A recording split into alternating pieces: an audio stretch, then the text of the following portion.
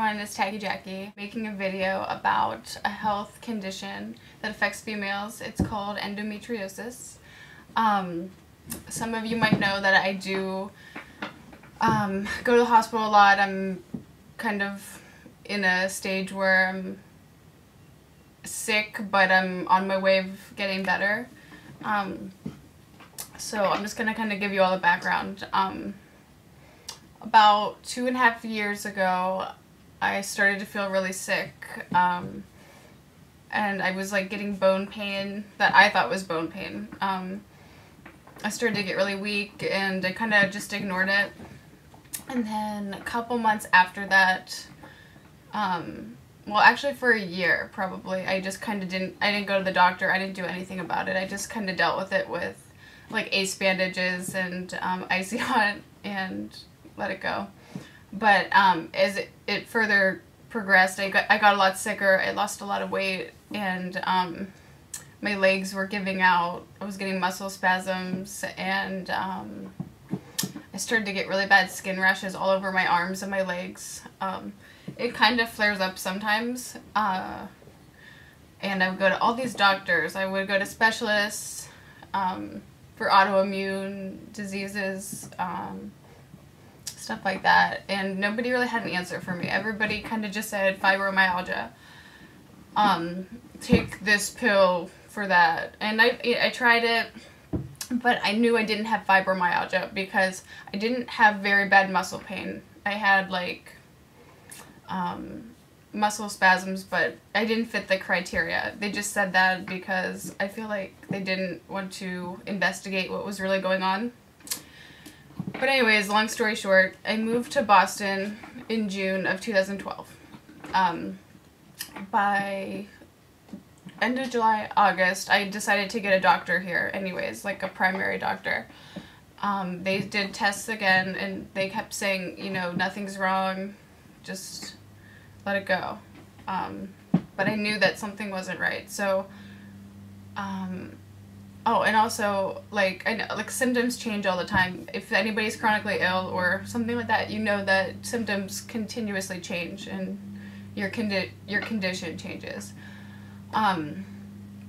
So in August of 2012, I started to get very bad pelvic pain. I felt like, I don't know what I felt like. It felt like a stabbing pain. I've had ovarian cysts before. It felt similar, but it didn't ever last that long. I found that it was really tough to do things and kind of get on with my life, and it continued to get worse. So I saw a gynecologist, and she had kind of thought I might have endometriosis, which is it's a disease that happens when cells from the lining of the womb, like out of the uterus, grow other places. They can lead to like pain, irregular bleeding, problems getting pregnant, stuff like that. So the only way to really diagnose endometriosis is to do a laparoscopy, which is kind of, it's not, I don't want to downplay it and say, oh, it's a small procedure. It's a less invasive procedure where they do very minimal cutting. They use cameras to look inside and see if you have endometrial implants, scar tissue, stuff like that. I was diagnosed in November 2012 with endometriosis. They found it all over my uterus, mostly on my right side where I was having most of my pain. And they found a fibroid tumor in the back of my uterus that wasn't seen on ultrasound or any other tests. So that was what was causing most of the pain. I then found out, like just reading more about it, that people that have endometriosis have a really bad gluten intolerance. So you can get very bad rashes, which I had, bone pain, joint pain, muscle spasms, just like a lot of stuff. Sorry, I'm not going to cry. I just feel very like emotional when I talk about it because like it's something that like it would be like 3 years in May that I got sick, and like I'm still kind of sick, but like I feel better knowing it's not just in my head, you know, even though I continue to like struggle with it, it's something that I know it can be managed, and I don't feel like I'm just, you know, love to fight for myself or something. But anyway, sorry. So I ended up going to a pain clinic afterwards, after the surgery, because I still had to manage what was going on. And I would get shots that would help numb my stomach, which would help for a while. But I ended up in the hospital in this past March, like last month, and I was bleeding really badly. I wasn't on my period, I was just bleeding really bad, and they found out that I had a cyst caused by endometriosis, which is called an endometrioma.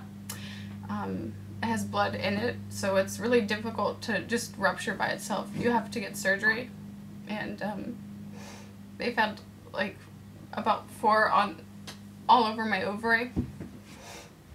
And this is a new gynecologist. She's a little bit more experienced with endometriosis. I really like her a lot though, so I'm happy that she's doing this next week. But she's gonna remove it and try to get me better.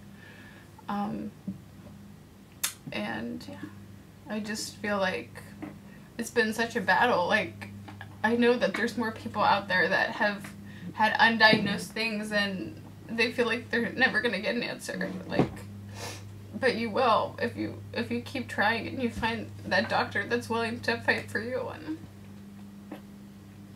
I just feel really lucky because like, even though I'm not completely pain free, most of like my bone pain has gone away. My legs don't give out anymore, and I'm just starting to feel better. Like, if the pain is always like this, I could probably live with it. And I just want to let you guys know, like, you don't have to sit back and just watch yourself deteriorate and not be well. If you feel like something's wrong, you need to fight, and there is going to be a doctor or two or more that's gonna see that, you know, something is wrong. And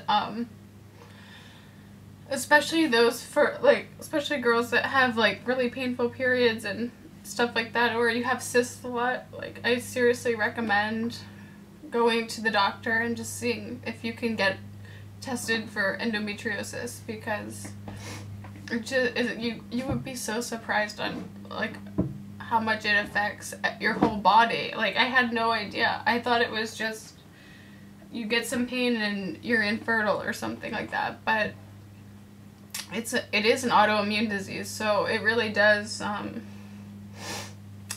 take a toll on your body and your mind. Like, how could, if you're sick all the time, it's gonna weigh on you, you know, you're gonna change, you're gonna be a different person.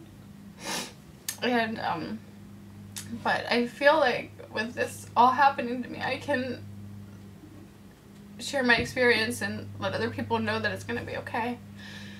And I mean, it makes me, I've always wanted to go into the medical field, but this makes me want to do it even more, because I want to help people, and I don't want somebody to feel like they're not important or they don't matter. So hopefully the surgery goes well, and if anybody has any questions of, you know, how I try to manage it other than surgery, let me know, and I hope everybody stays well. And yeah.